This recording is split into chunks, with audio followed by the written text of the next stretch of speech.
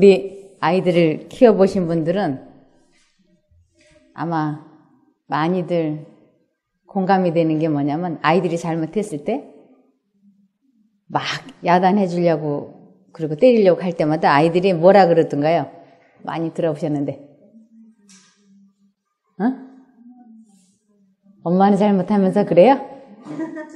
아직 안 키워봤어 그래. 엄마가 때리려고 그럴 때마다 애들이 뭐라 그래요? 그렇죠. 엄마 잘못했어. 그러면서 꼭 하는 말 세 글자. 다시는 안 그럴게요. 다시는. 그래서 그 엄마도 아이를 용서해 주면서 다짐받는 게 뭐예요? 다시는 그러지 마라. 우리가 자식을 사랑하는 것보다 우리를 더 사랑하시는 우리 예수님께서도 이렇게 사람들에게 꼭 병을 고쳐주시거나 어떤 큰 죄를 용서해 주시거나 꼭 신신당부하셨던 말씀이 있으셨어요. 그거는 가서 다시는 죄를 짓지 마라 그러셨어요. 왜냐하면 죄를 안 지으려고 결심했다가 당분간 안 짓게 되었다가 다시 짓게 되면 처음 지었을 때보다 나중 형편이 더 어떨까요? 더 나빠요. 그래서 마치 담배를 피우던 사람이 담배를 끊었다가 한 1년이고 2년이고 지난 후에 다시 담배를 피우게 되면 다시 끊는다는 것이 처음보다 훨씬 더 어려워요. 그래서 이 술을 20년을 마시던 사람이 하나님의 능력으로 술을 딱 끊었어요. 그러면 그때부터 아주 조심을 해야 됩니다. 왜냐하면 사단은 아주 호시탐탐 무슨 생각을 넣을 기회를 찾느냐 하면 술 마시고 싶다. 이 생각을 집어넣어서 자기를 선택하게 하려고 사단은 아주 그 생각을 호시탐탐 노리고 있는 것이에요. 그래서 언제든지 내가 어떠한 악습에서 해방이 되었거나 죄를 버렸거나 그러면 방심하면 큰일 납니다. 왜냐하면 사단은 아주 우는 사자와 같이 삼킬 자를 찾는다 그랬어요. 우는 사자가 언제 울까요? 배고플 때. 그래서 한번 먹이를 낚아채면 절대 놓지 않아요. 그러므로 우리 하나님께서는 어떠한 큰 죄를 용서해 주셨거나 악습을 끊게 해준 사람에게는 아주 신신당부했던 것이 가서 다시는 죄를 짓지 말라고 하는 것이었어요. 왜냐하면 사단이 또 같은 죄를 짓게 할 것이고 그래서 또 같은 죄를 짓게 되면 개가 더럽다고 안 먹겠다고 다 토해놓은 것을 도로 가서 먹는 것과 다를 바가 없다. 이렇게 말씀을 하셨어요. 그래서 그 장면을 요한복음 8장을 보시겠습니다.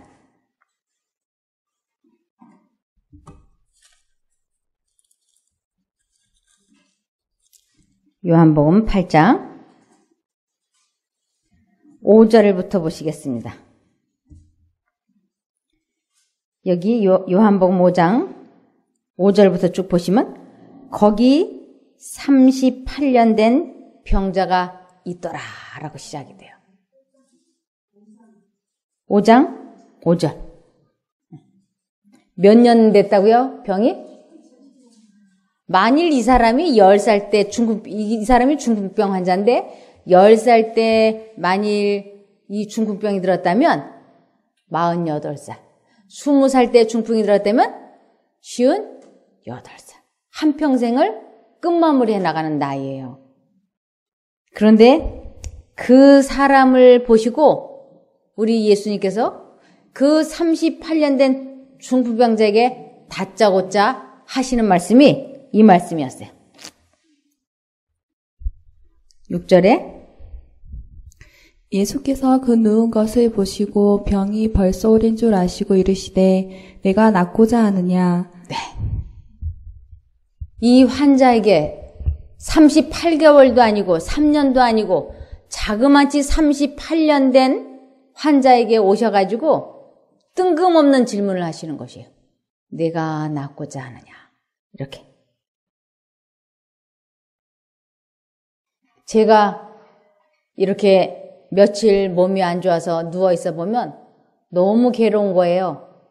그러면서 야, 이 며칠 몸이 안 좋아서 누워있어도 이렇게 몸이 뒤틀리고 빨리 바깥에 나가고 싶은데 만일 이것이 10년, 20년 된 사람들의 심정은 어떠할까 그랬어요. 이 38년 동안이나 중풍병으로 자기가 움직이지 못하는 생애를 사는 사람에게 낫고자 원하느냐고 묻는다면 성질 고약한 사람은 너무너무 화가 나서 욕을 할 거예요. 근데 우리 예수님께서는 그 사람에게 병이 낫기를 원하느냐 하고 이렇게 물어보셨는데 이것은 아주 대단히 중요한 의미가 있는 것이었어요. 우리 주님께서는 그냥 인사치레로 헛소리로 말씀하시는 분이 아니었어요. 여기에는 아주 심오한 뜻이 있었는데 내가 낫고자 하느냐. 이 말 뜻은 하나님은 사람을 만나기만 하면 내가 나를 믿느냐 안 믿느냐 이런 것 전혀 묻지 아니하시고 심지어는 이 사람이 예수라고 하는 것 자체도 모르는 사람 그런 생짜배기도 예수님께서는 병을 아무 말씀하지 아니하시고 너 왜 인생을 이 모양으로 살았느냐 하고 책망하지 아니하시고 만나시기만 하면 그냥 딱 고쳐주셨어요.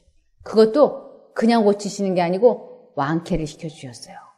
그래서 완쾌를 시켜주시는데 이제 이 중풍병자 38년 된 중풍병자를 만났으니까 예수님께서는 내가 낫고자 하느냐 하고 물어보니까 이 사람은 지금 하나님이신 이 하나님의 아들 예수 그리스도가 질문하는 질문의 참 뜻을 깨닫지 못했어요.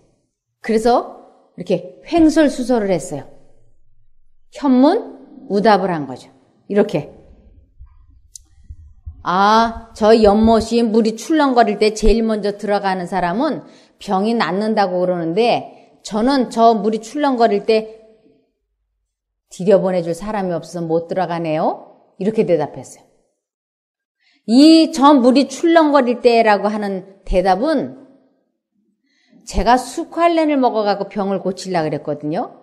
방사선 치료를 받으려고 그랬어요. 항암제를 10번을 넘게 받았죠. 이런 뜻이에요. 나는 이 세상 방법으로 안 해본 것이 없었어요. 그런데 병이 나았다고요? 안 나았다고요? 안 나았다고. 지금 이 사람이 그런 식으로 이야기하는 거예요. 예수님을 만나기만 하면 예수님께서는 치료자이시기 때문에 그냥 치료를 해주세요. 너 나 믿어 안 믿어? 이런 것도 물어보지 아니하시고. 그런데 이 사람은 하나님을 만났음에도 불구하고 그냥 횡설수설하는 것이에요. 그런데 우리 하나님께서는 그 사람을 나무라지 아니하시고 내 자리를 들고 걸어가라 하고 말씀하셨어요. 내 자리를 들고 걸어가라고 하는 건 이 완쾌를 의미하는 것이에요. 38년 된 중풍병자에게 자리를 걷는다고 하는 것은 완쾌잖아요. 그래서 그 사람이 즉석에서 자리를 걷고 걸어갔어요. 근데 내가 낫고자 원하느냐? 이 질문 속에는 이런 뜻이 포함되어 있습니다. 이제 내가 너를 만나 주었으니 너는 틀림없이 내가 완쾌시켜 줄 거야. 그런데 내가 집으로 돌아가서 과거와 같은 사고방식과 과거와 같은 생활방식으로 계속해서 살게 되면 너는 틀림없이 재발될 거야. 그러니 나와 함께 연합하는 생애를 계속해서 살게 되면 너는 병도 치료가 될 뿐만 아니라 천국까지 가게 되는데, 영생을 얻을 수 있게 되는데 너 그럴 마음이 있어? 이 뜻이에요. 근데 이 사람이 이 귀한 뜻을 깨닫지 못했던 거예요. 여기 계속해서 보시면 요한복음 5장 13절에 보시면 고침을 받은 사람이 그가 누구신지 알지 못하니 이는 거기 사람이 많음으로 예수께서 이미 피하셨습니다. 예수님께서는 그 사람을 고쳐 놓으니까 갑자기 주변의 사람들이 떼거지로 몰려오는 것이. 야, 기적이다, 기적. 저 38년 된 중풍병자가 뻘떡 일어나서 걸어 다닌다. 그러니까 막 사람들이 우하니 몰려오는데 감당할 수가 없을 만큼 많이 몰려오는 거예요, 삽시간에. 그러니까 예수님께서 슬쩍 자리를 피하셨어요. 그리고는 그 사람을 우정 다시 찾아오셨어요.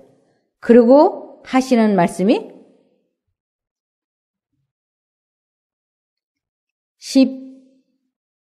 14절에 그 후에 예수께서 성전에서 그 사람을 만나 이르시되 보라 내가 나았으니 더 심한 것이 생기지 않게 다시는 죄를 범치 말라 하시니. 그때서야 이 사람은 자기를 고쳐준 사람이 예수인 줄 알았어요. 그래서 그 사람이 유대인들에게 가서 자기를 고친 이는 예수라 하니라. 자기를 고쳐준 사람이 누군지 몰랐어요. 그래서 사람들이 너 왜 이 자리를 들고 걸어가? 그랬더니 나를 낫게 해준 사람이 자리를 들고 걸어가라 그래서 걸어간다 했더니 그 사람이 누구냐 했더니 나는 몰라. 근데 예수님께서 다시 오셔서 신신당부한 게 뭐냐면 다시는 과거와 같은 삶을 살면 안 된다고 주의를 주시기 위하여 다시 만나 주셨어요. 그래서 이 사람이 그 후에 하나님과 연합을 해서 중풍병이 재발이 되었는지 안 되었는지는 더 이상 성경에 기록되어 있지 않습니다. 그런데 제가 그동안 이곳에서 아주 많은 분들과 성경 공부를 하면서 경험해 본 바로는 하나님을 만나면 정말 기적들이 일어났어요. 이적과 기적이 이곳에서 참 많이 일어났어요. 그렇게 도박을 했던 사람이 거짓말처럼 도박을 안 하게 돼요. 정신병이 들어서 아주 수학과를 나온 인테리어 여성이 정신병이 들어서 서가지고 소변을 줄줄줄줄 싸면서 막 흐느껴 울던 일도 있었고, 그런 분들이 여기에서 왕쾌가 되어서 태어나는 것을 많이 보았어요. 그런데 그 후에 들려오는 소식들은 과거의 삶으로 되돌아갔다가 하는 소식을 제가 많이 듣게 됐습니다. 그래서 제가 예수님의 심정을 조금은 이해할 수 있게 되었어요.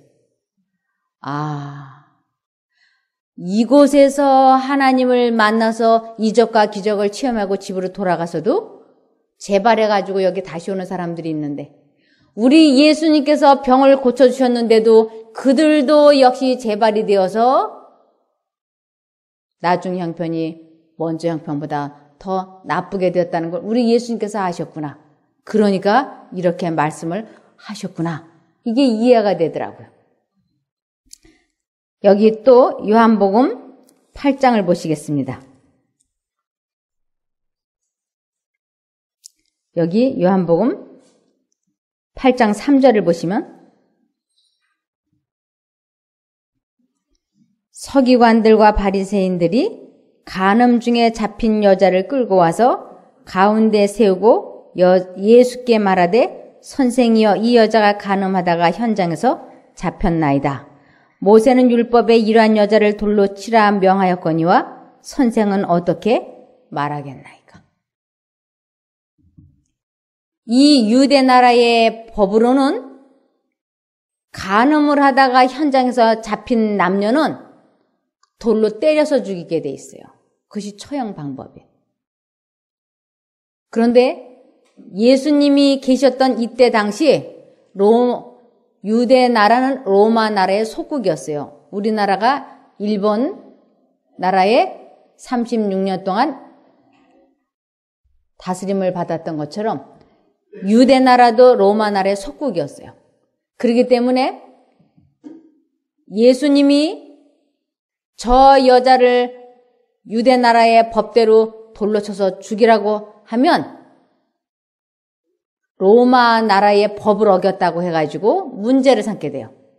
또 반대로 로마 나라의 법대로 이 여자를 죽이지 마라 이러면 같은 유대인들에게 유대인이면서 유대인의 법을 지키지 않는 선생이라고 또 괄세를 받아요. 그래서 예수님을 이러지도 못하게 하고 저러지도 못하게 망신을 주어가지고 사람들이 예수님을 믿지 못하게 하려고 예수님을 궁지로 몰아넣었던 것이에요. 여자가 다른 일도 아니고 다른 남자와 대낮에 가늠하다 현장에서 붙잡혀 나왔으니 옷을 제대로 입었을까요? 뭐 벌거벗다시피 했을 거예요. 그래갖고 그 많은 사람 앞에 여자가 이렇게 내동댕이 쳐진 것이. 그 여자의 그 수치스러움이 죽고 싶을 만큼 수치스러웠을 거예요. 근데 아주 많은 사람들이 예수님이 유대 나라의 법대로 이 여자를 돌로 치라는 말만 떨어지면 즉시 쳐서 죽이려고 다 하나씩 들고 있었어요. 돌멩이를.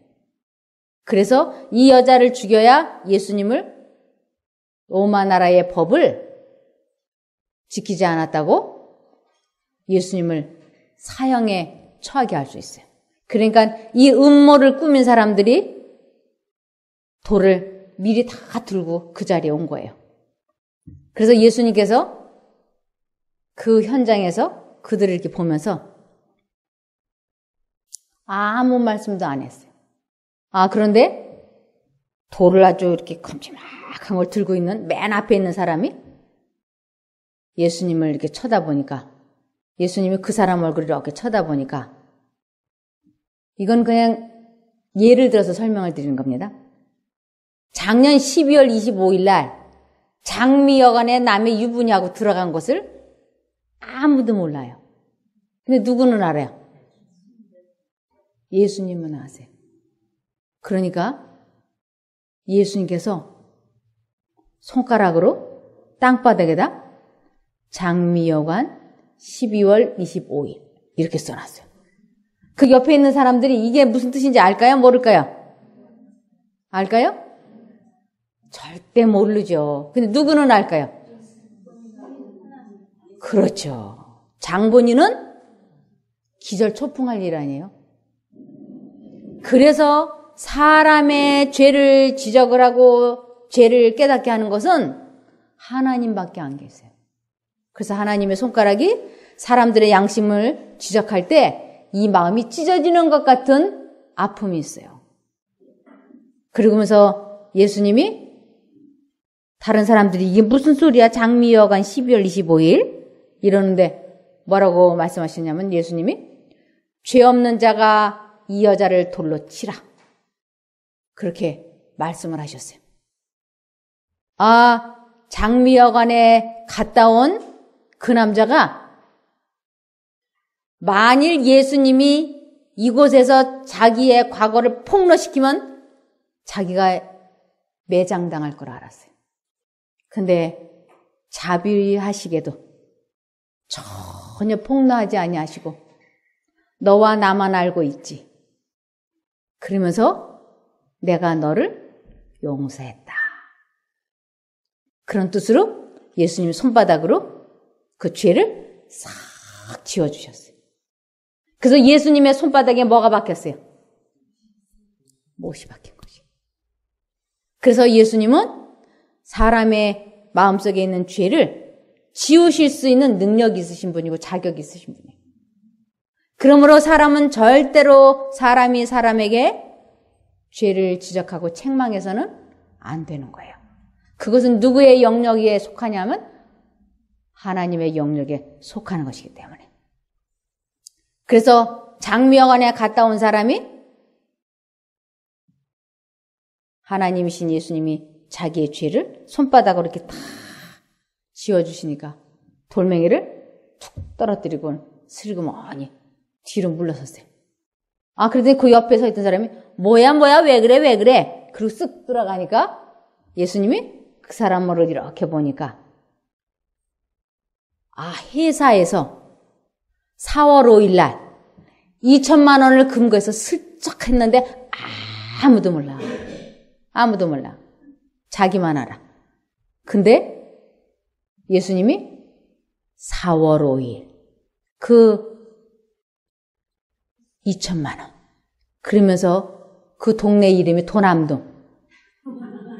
4월 5일 도남동 2천만 원. 사람들이 알까요? 모를까요? 아무도 몰라요.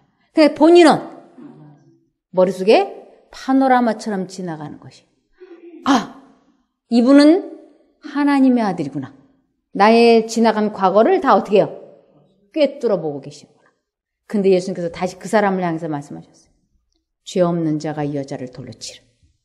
그 남자가 아주 이렇게 큰지막한 돌멩이를 슬그머니 내려놓고는 자기 갈 길로 갔어요. 이렇게 해서 한 사람, 두 사람, 세 사람이 다 왔다가 다 떠났어요. 그때마다 우리 예수님께서는 흙바닥에다 죄를 쓰시고 지우시고 죄를 쓰시고 지우시고 그러면서 다 떠났어요. 남아있는 자는 누구만 남았어요? 가늠하다 붙잡힌 여자만 남았어요.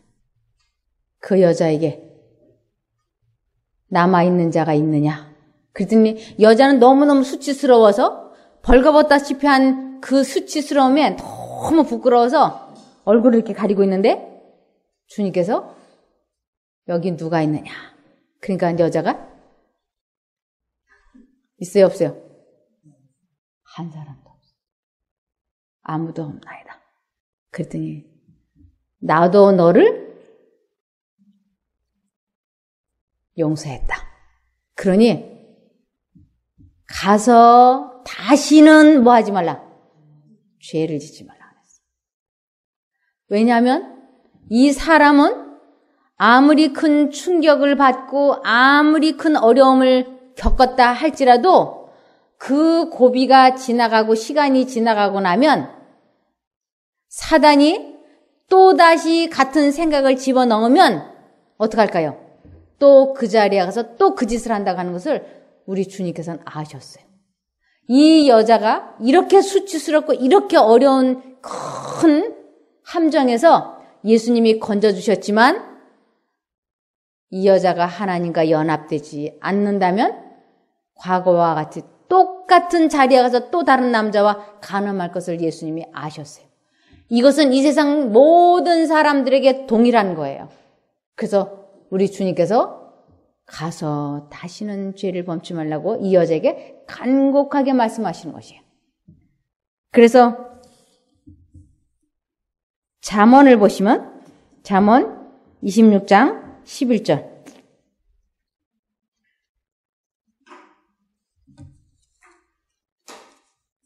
잠언 26장 11절 보시겠습니다.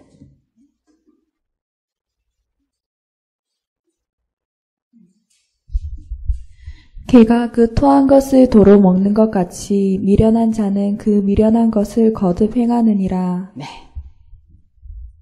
아유, 내가 다시는 도박 안 할 거야. 내가 도박하면 이제 사람이 아니지. 에이, 내가 도박 다시는 안 하게 내가 이 손가락을 잘라버려야 되겠다. 그래가지고 작두에다 손을 넣고 석뚝 잘라고 이것을 붕대로 칭칭 감아가지고 여러분, 제가 이제 다시는 도박을 안 할 것입니다. 도박을 하지 않으려고 제가 이 손가락을 잘라버렸어요. 제가 기대를 했어요. 정말 저 사람이 저 약속을 지킬 수 있을까? 기대를 했어요. 그런데 이 실밥이 며칠 만에 뽑아져요? 보통 일주일이면 뽑아져요. 근데 큰 상처는 열흘도 갈 수 있죠. 이 사람이 열흘도 안 돼가지고 여기다가 화토장을 넣고 도박을 하다가 와이프한테 걸렸더라고. 절대로 하나님과 연합하지 않고서는 사람은 자기의 악습을 고치지 못한다고 하는 것을 아주 명심해야지 되는 것입니다. 조금만 방심하면 과거로 헷가닥 돌아가는 것이에요. 그래서 베드로후서 2장 21절에 보면 이 문제를 이렇게 다루고 있습니다. 베드로후서 2장 21절부터 22절까지.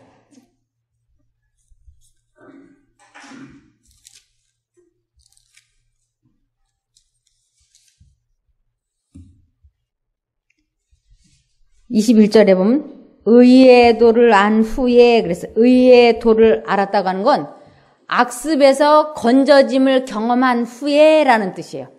내가 도박을 하다가 하나님의 능력으로 기적처럼 도박을 안 하게 되었다든지, 술을 마시는 악습에서 기적처럼 그 기가 막힐 웅덩이와 수렁에서 건짐을 받았다든지, 정욕이나 식욕이나 절대로 내 힘으로 절제할 수 없었던 것이 하나님의 능력으로 기적처럼 딱 절제가 되는 경험을 했다든지, 그런 것을 설명하는 것이에요. 의의 도를 알았다고 하는 것은. 그래서 의의 도를 안 후에 받은 거룩한 명령을 저버리는 것보다 알지 못하는 것이 도리어 저희에게 나으니라. 차라리 과거와 같은 생활로 되돌아갈 바에는 아예 처음부터 그 기가 막힐 웅덩이와 수렁에서 건짐을 받지 않는 것이 더 나을 뻔했다. 왜? 나중 형편이 더 심해질 거니까. 담배를 10년 동안 안 피우다가 다시 피우게 되면 그 담배를 다시 끊는다는 것은 처음보다 훨씬 더 힘이 들기 때문에 그렇습니다. 이거는 술이나 도박이나 마약이나 다 똑같아요. 원리가. 그렇기 때문에 의의 도를 안 후에 받은 거룩한 명령을 저버리는 것보다 알지 못하는 것이 도리어 저에게 나으니라. 참 속담에 이르기를 개가 그 토하였던 것에 돌아가고 돼지가 씻었다가 더러운 구덩이에 도로 누웠다는 말이 저에게 응하였다. 우리 예수님은 수없이 많은 사람들을 고쳐주시고 치료해주시고 도와주셨어요. 그런데 얼마 후에 보면 그들은 제자리에 다시 가 있는 것이에요. 그래서 주님께서는 우리 모두에게도 다시는 과거로 돌아가면 안 된다고 아주 신신당부를 하는 것입니다. 그래서 우리가 아이들 보고도 다시는 너 이렇게 하지 마라, 다시는 이러면 안 돼 하고 용서해 주지만 우리 아이들이 그 약속을 지키는 거 보셨어요? 못 지켜요. 사람은 자기의 능력으로 자기가 약속한 것을 지킬 수가 없다고 돼 있어요. 내가 다시는 도박 안 할게. 내가 도박하면 이제 사람이 아니야. 내가 이제 다시는 술 안 마실게. 술 마시면 내가 재산 몽땅 당신한테 다 넘겨주고 나는 빈손 빈몸이 돼서 이 집을 나갈게 하고 각서를 쓰고 또 쓰고 또 쓰고, 그래도 그 약속을 지키지 못할 거라고. 하나님께서 도와주지 아니하면 그 약속은 지킬 수 없다고 성경에 나와 있어요. 잠언 16장 1절.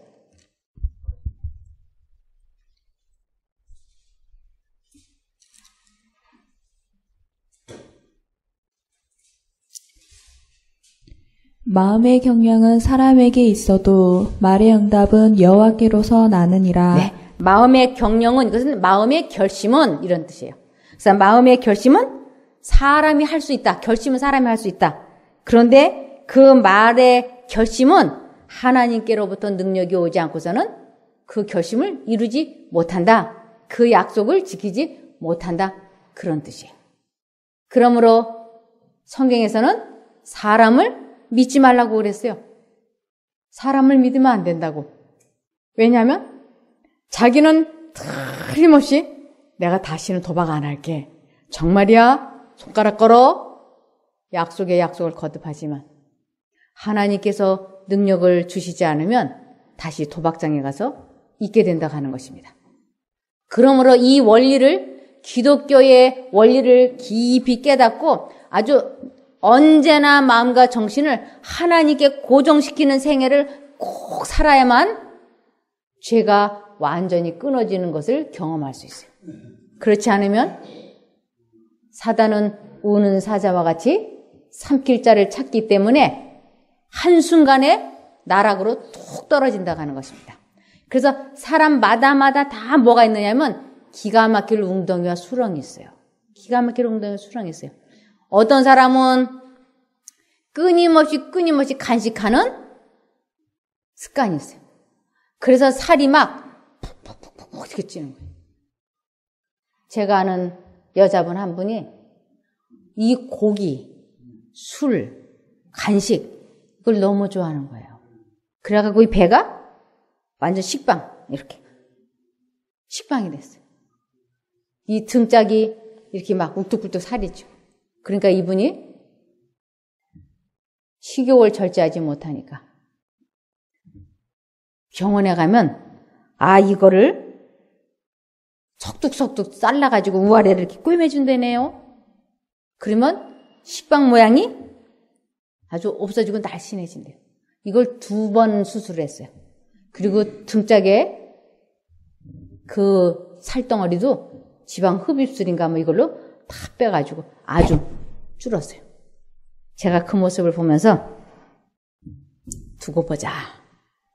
과연 저렇게 전신마취를 하고 수술하고 그랬는데 식욕이 절제가 될까?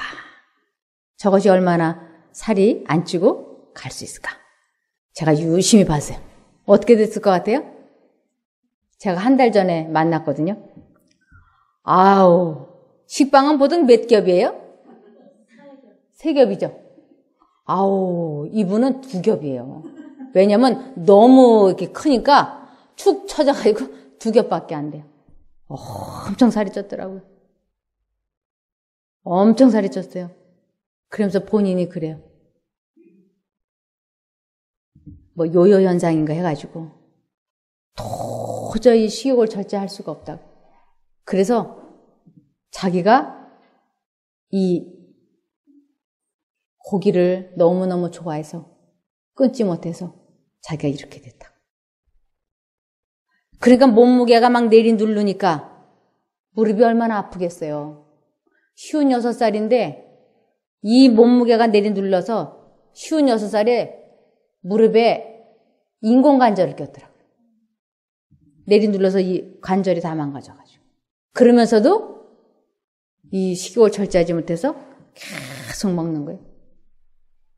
제가 그 이야기를 듣고 그 모습을 보면서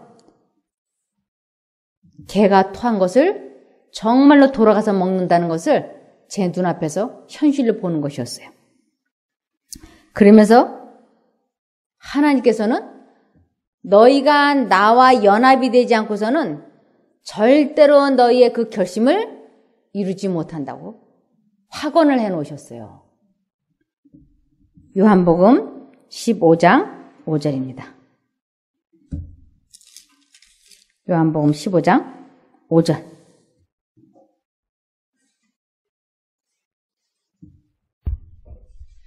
나는 포도나무요 너희는 가지니 저가 내 안에 내가 저 안에 있으면 이 사람은 과실을 많이 맺나니 나를 떠나서는 너희가 아무것도 할 수 없음이라. 네. 이 과실이라고 하는 것은 품성이에요. 품성. 그래서 하나님이 내 안에 내가 하나님 안에 이것은 하나님과 내가 생각을 공유하고 있는 상태예요. 하나님의 능력이 사람에게 들어왔을 때에만 과실을 많이 맺는다고 하는 건 이제 술 안 마시게 되는 것, 담배 끊는 것, 도박 끊는 것, 식욕 끊는 것, 정욕 끊는 것, 잡념 끊는 것, 이러한 것들을 할 수 있다는 것이에요. 근데 너희가 나를 떠나서는 아무것도 할 수 없다 그랬어요. 아무것도 할 수 없다. 제가 무엇을 먹기를 좋아하느냐면 김치찌개 먹는 걸 참 좋아해요. 근데 김치찌개가 이렇게 냄비에서 바글바글 끓으면 그게 어쩌면 그렇게 맛있는지. 그러면 한 70% 정도 먹고 나면 마음속에 성령 하나님의 음성이 틀림없이 들려와요.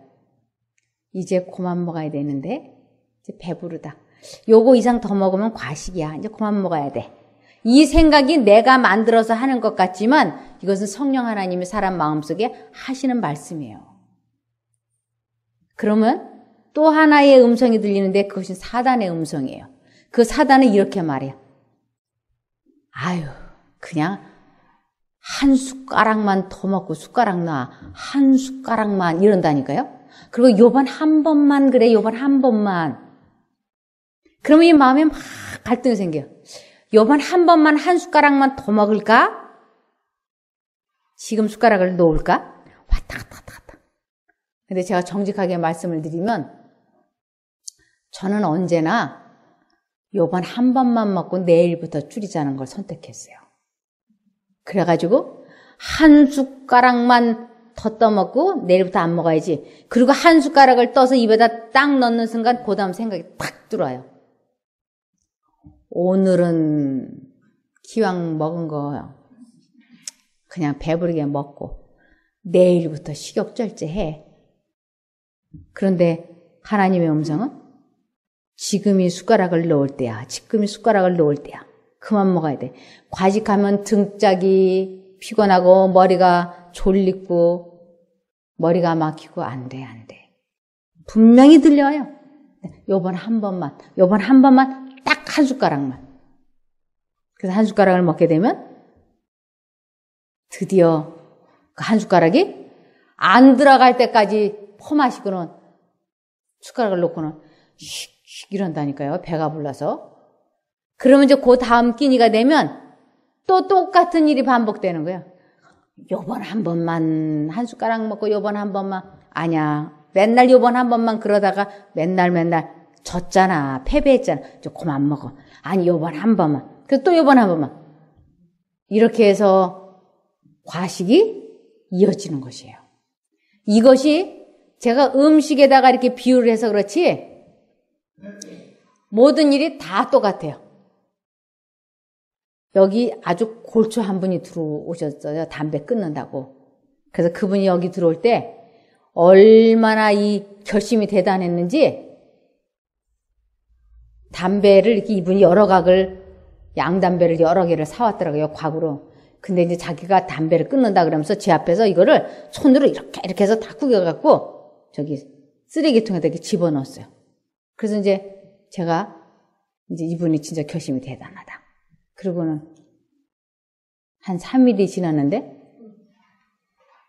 제가 이렇게 저쪽 건너편에 볼 일이 있어서 이렇게 건너편에 가 있는데 이분이 이렇게 주변을 둘레 보더니 쓰레기통 앞에 가가지고 자기가 이렇게 해서 버린 쓰레기통에 버린 담배를 정신없이 뒤지는 거예요. 그냥 사람들 오기 전에 얼른 하려고.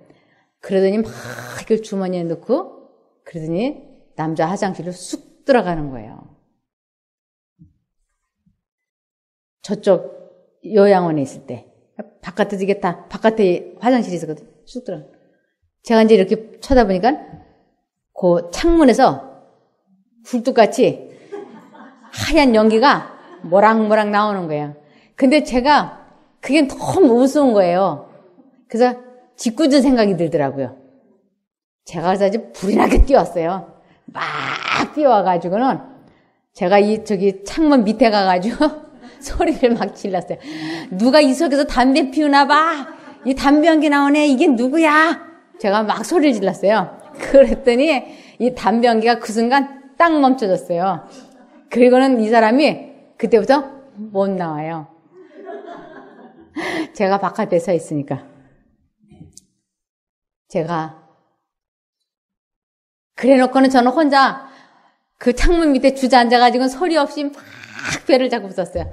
너무너무 웃어서 그 사람이 바깥에 못 나오고 담배 불 끄고 무색해서 화장실에 갇혀있는 걸 이렇게 상상을 하니까 그렇게 재밌을 수가 없어요. 그리고 너무 또 오래 그러면 안 되잖아요. 그래서 일부러 조금 이따가 제가 발자국 소리를 탁탁탁 내면서 자리를 피해줬어요. 그리고는 이렇게 안으로 들어왔어요. 한참 있다가 그분이 이제 아무도 없다고 생각이 돼서 나왔더라고요. 이분이 들어올 적에는 담배를 절대 피우지 않겠다고 아주 결심을 했던 것이에요. 그런데 하나님이 없는 상태, 내가 담배를 끊어야지 하고 그렇게 결심을 하면 석 3일이 지나지 않아서 쓰레기통을 뒤진다니까요. 체면이고 뭐고 없어요. 저는 이런 일을 하다 보니까 이런 에피소드가 참 많아요. 또 한 분은 담배를 끊는다고 들어와가지고 차를 가지고 나가겠대요. 그래서 가지 마시라고, 안 가시는 게 좋다고. 이미 척하면 저도 알아듣잖아요. 아, 담배 사러 나가는구나. 그러니까 가지 마세요. 안 가시는 게 좋습니다. 근데 사람은 사람의 말을 절대 안 듣잖아요. 사람은 누구의 말을 들어요? 두 신의 음성을 듣고 본인이 선택해서 살게끔 그렇게 돼 있어요. 저도 말을 하면서 이 사람이 내 말을 안 들을 거라는 걸 알았어요. 가지 마세요. 이분이 뭐 부시를 대는 거예요. 뭐도 뭐 필요한 게 꼭 있고 뭐 그래 가야 된다. 그럼 원하시는 대로 하십시오. 근데 이분이 청항리에 나갔는데 이분이 이제 청항리에 나가고 차를 해가지고 신호등에 걸려있는데 저희 차가 마침 그 차 뒤에 가서 섰어요. 근데 이분이 담배를 여기다 끼워갖고 해갖고는 저기 창문에다 이렇게 팔을 걸치고는 이렇게 그러니까 담배 연기가 나고 담배가 있잖아요. 그 젤을 바깥에다 이렇게 툭툭툭 털면서 또 후 하고 이러는 거예요. 제 남편하고 그 모습을 보고 있는데 너무너무 우습잖아요. 재밌고. 그래서 제 남편이 차를 그 사람 옆에다 딱 갖다 댔어요. 그 사람 옆에다 차를 딱 갖다 댔는데 이 사람이 담배를 한껏 빨아가지고 후 하려고 이렇게 했는데 우리하고 눈이 딱 마주쳤어요. 우리는 그 순간 웃어서 거반 죽는데 이 사람은 그 담배를 아주 번개처럼 안에다 이렇게 떨어뜨리고 이 담배 연기를 꾹꾹 삼키더라고요. 안 내보내. 저희는 이렇게 본 경험이 참 많아요. 그러면서 제가 그들을 보면서 너무너무 불쌍하다. 왜? 인간의 힘으로는 절대로 못 끊습니다. 내가 이 말 많은 습관 고쳐야지. 아무리 결심을 하고 맹세를 해도 그 순간 하나님의 능력으로 자기 마음을 다스리지 않으면 잘 나오게 돼 있어요. 식욕 안 됩니다. 아무것도 되는 게 없어요. 그러므로 사람은 사람을 믿지 말아야지 돼요. 자기 자신도 사람일까요? 아닐까요? 자기 자신도 사람이에요. 그래서 저도 제 자신을 믿지 않아요. 왜냐하면 두 생각이 들어왔을 때 내가 어느 쪽을 선택할지 그건 두고 봐야 하니까. 그건 두고 봐야 하는 것이에요. 어떤 분들이 나는 절대로 안 그럴 거니까 나는 약속을 지키니까 걱정하지 말라고 내가 반드시 돌아온다고 이러거든요. 내가 꼭 돌아온다고. 그리고 여기를 떠나요. 근데 그 약속을 지키는 사람들이 흔하지를 않았어요. 그러므로 하나님께서는 결심은, 경영은 사람이 할지라도 그 말의 결과는 하나님께서 도와주지 않고서는 안 된다는 것이에요. 이것을 잊어버리지 말아야 인생에 있어서 성공을 하는 것이에요. 인생고락 70이요, 강건하면 80이라 그랬어요. 대부분의 사람의 생명이 70대에 멈춰요. 70대. 그래서 70이 넘으면 이제 살 날이 얼마 안 남은 거나 마찬가지. 왜? 대부분이 70대에 멈추니까.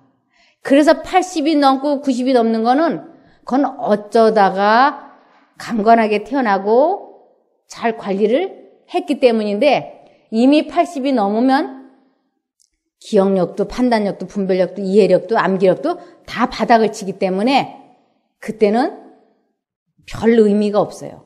그저 반복된 사고방식과 반복된 습관에 의해서 사라지는 것이지 자신의 어떤 선택력이나 이해력으로 인생을 개척하면서 살 수는 없는 것이에요. 그래서 하나님께서 이제 너의 인생에 내가 이 세상에 왜 태어났는지 무엇 때문에 살았는지를 결산 볼 날이 가깝다고 이야기하는 것이요. 그 결산을 볼 때 내가 헛살았다 라고 대부분이 말한다 그랬어요. 내가 인생을 헛살았다. 대부분이 몇 퍼센트가 내가 헛살았다고 말할 것 같습니까? 몇 퍼센트가? 몇 퍼센트가 될 것 같아요? 내가 인생 헛살았다라고?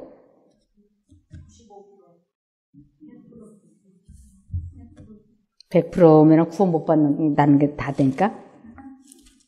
저도 확실히 몰라요. 근데 여기 전도서 1장 2절에 보면 대부분의 사람들이 이런다 그랬어요. 전도자가 가로되 헛되고 헛되며 헛되고 헛되니 모든 것이 헛되도다. 사람이 해 아래서 수고하는 모든 수고가 자기에게 무엇이 유익한 거.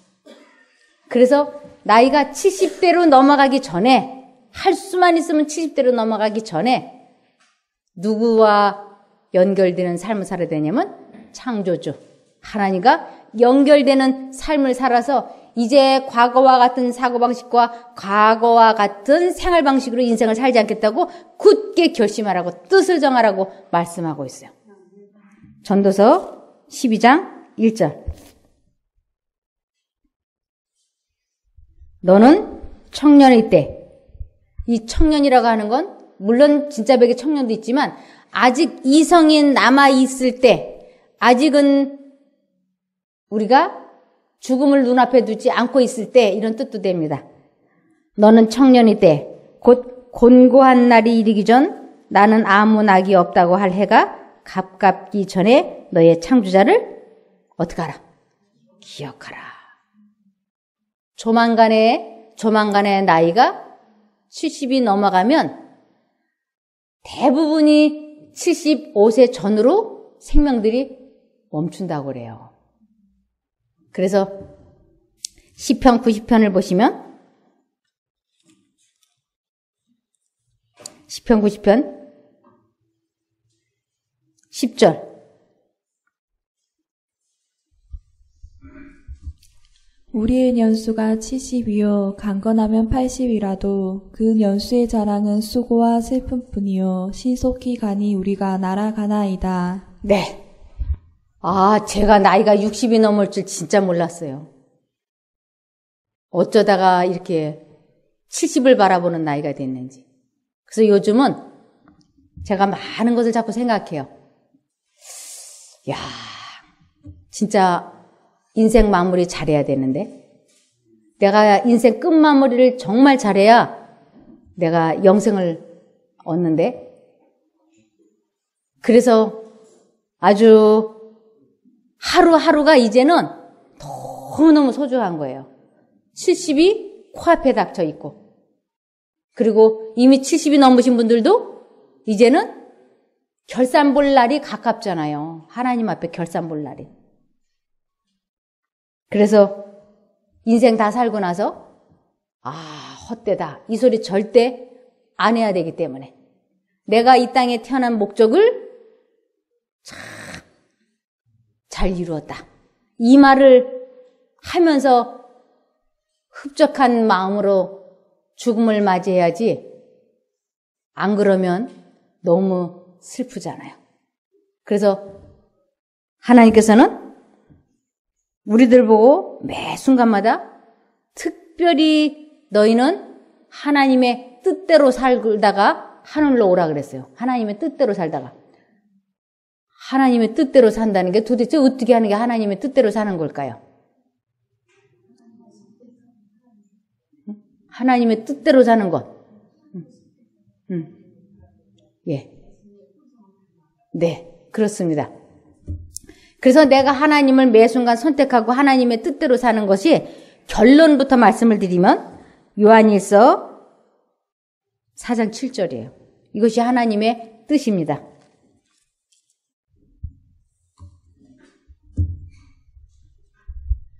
사랑하는 자들아, 우리가 서로 사랑하자. 사랑은 하나님께 속한 것이니 사랑하는 자마다 하나님께로 나서 하나님을 알고. 네. 사랑하는 자들아, 우리가 서로 뭐 하자? 이것이 바로 하나님의 뜻이에요. 이것이. 그래서 나이가 들면 들수록 특별히 무엇을 해야 되는가? 자기의 감정을 하나님의 능력으로 완벽하게 다스려야지 돼요. 과거에는 화가 나면 상대방을 향하여 물건도 집어던지고 상대방을 향하여 욕도 하고 소리도 지르고 경우에 따라서는 손찌검도 하고 이렇게 살았다면 이제는 상대방을 향하여 자기의 감정을 다스리겠다고 굳게 결심을 해서 하나님께 기도하면, 하나님을 부르면 이 감정이 싹 사라지는 것을 경험하게 돼요. 이것을 체험하는 것을 하나님을 안다라고 얘기하고 이것을 목숨 바친 참사랑이라고 얘기하는 것이에요. 그래서 이러한 사랑을 해보지 않으면 하나님을 알지 못하는 자라고 성경에서는 정의를 내려놨어요. 그래서 하나님의 뜻이라고 하는 것은, 하나님의 뜻대로 산다고 하는 것은 하나님의 능력을 받아서 사람을 사랑하는 것이 하나님의 뜻이고 이것을 체험하는 것을 하나님을 안다고, 하나님을 만났다고, 하나님을 보았다고, 하나님의 선하심을 맛보았다고 얘기하는 것이에요. 이것이 안 되고 있다면 머릿속에 잡념이 가득해가지고 이 생각 저 생각 이 생각 저 생각 이러면 우리 마음들이 너무나 힘들어져요. 그래서 매 순간마다 내가 주님을 잠시 잠깐이라도 잊어버리지 않기 위하여 계속 하나님을 부르는 것을 데살로니가전서 5장 17절에 이렇게 말씀하고 있어요.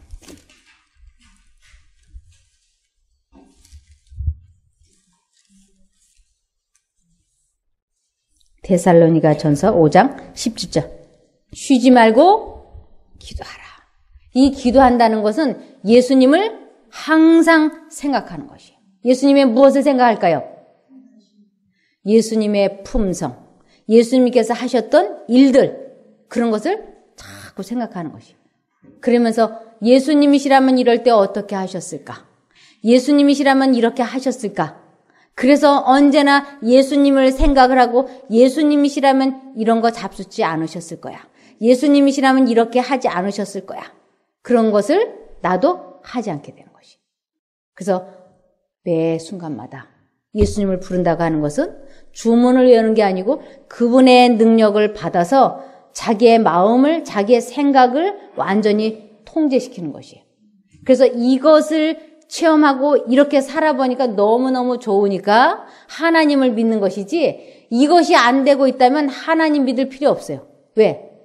그게 안 되고 있으면 어차피 천국은 못 가요.